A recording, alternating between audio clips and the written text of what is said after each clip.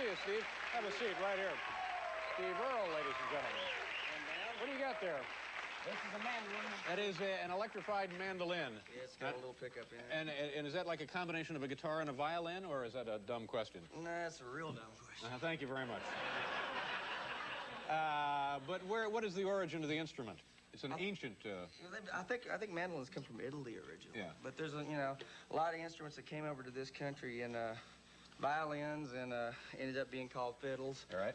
Still called these mandolins, but this is a pretty traditional. How many strings does that have on it? 8. They're doubled. It's 4 strings doubled, like a 12-string guitar. And playing that, would you be able to play a violin, do you think? It's the same.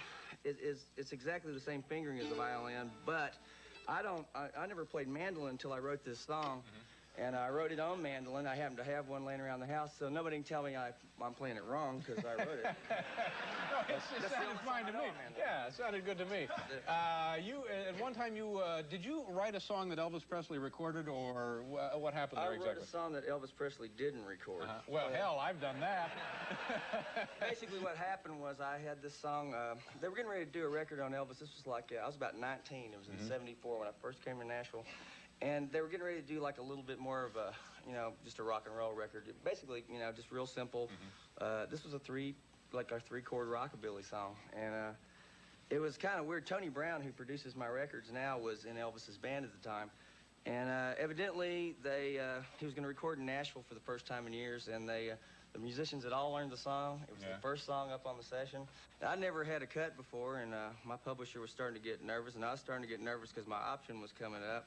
And I was sitting around the office waiting to hear that they'd recorded the song, and Elvis came into town and checked into the hotel, but never quite made it to the studio, and he never recorded again. And I was, Were you paid for the song at all? No, it was just they had the song up. You gotta get played on the radio to get paid. I was mad at him for years after he died, even. Well, you should talk to someone about that. There's no point in carrying a grudge to that extent. And we got to go here? Okay, well, we'll be right back here with Steve Earle.